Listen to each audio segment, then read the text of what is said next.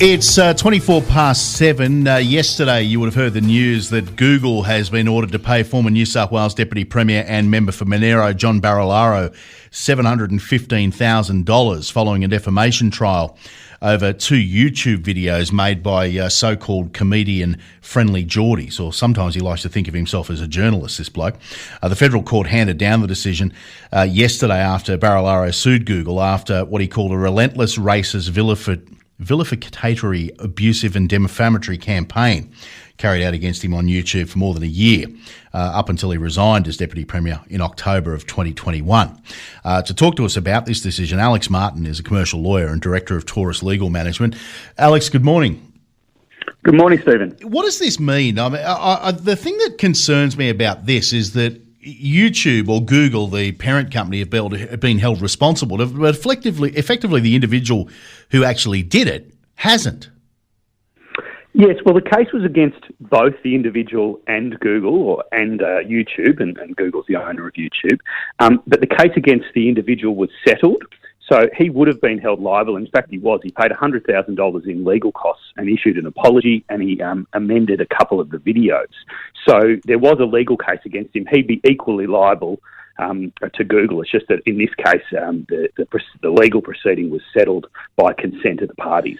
So what does this mean moving forward, and what ramifications is it? Because everybody's got a YouTube account these days. What are the ramifications here? Yeah, well, this is really an incredible case, and I think it's a landmark decision for Australians.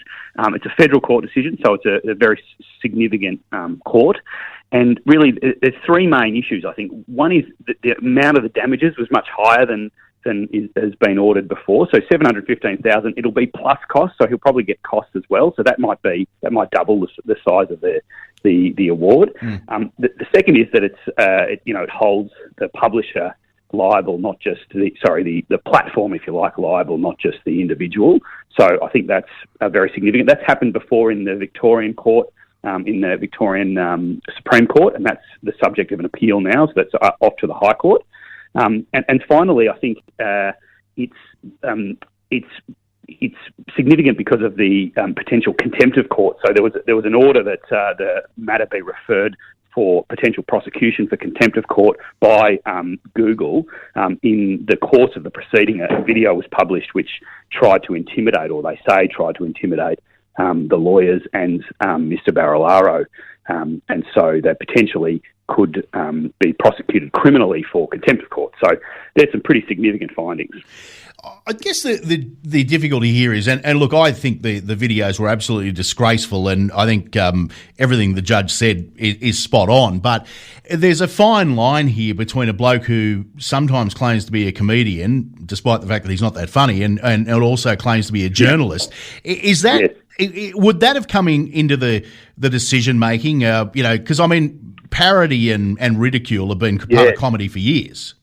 Yeah, absolutely. So the judge did deal with those issues specifically. So he mentioned that particularly a high-profile person, a politician, and perhaps at times a controversial politician, should have what he's called broad shoulders. So should be able to deal with criticism, should be able to deal with parody, should be able to deal with journalism and criticism in a general sense, and should be able to deal with quite sharp criticism. But he also went on to say, but that doesn't give people the right to engage in what he called hate speech, vilification, extremely. I mean, the videos were extremely racist, and they were making baseless allegations, really severe baseless allegations about stealing money, perjury, corruption, blackmail, allegations that really go to the heart of what you don't want a politician doing. And so if the judge was of the view that if people are able to make, I mean, free speech is one thing, but just making baseless allegations that are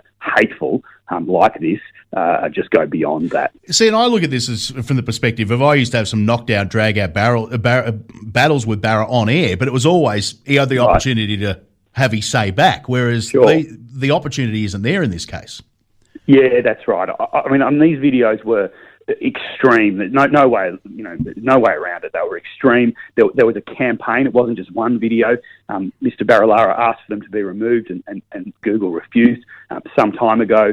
and during the trial, the videos continued. I mean, it really doesn't get much worse than this in terms of a sort of a one-sided vilification of Mr. Barilano. And I think the impacts on him have been very severe. He gave evidence about, being close to a breakdown, about, resigning early from politics and so on. I mean, it's one thing to be controversial and to have views in politics, but it's another thing for this to really ruin your life, which he says it did. Absolutely. Alex, good to talk to you this morning.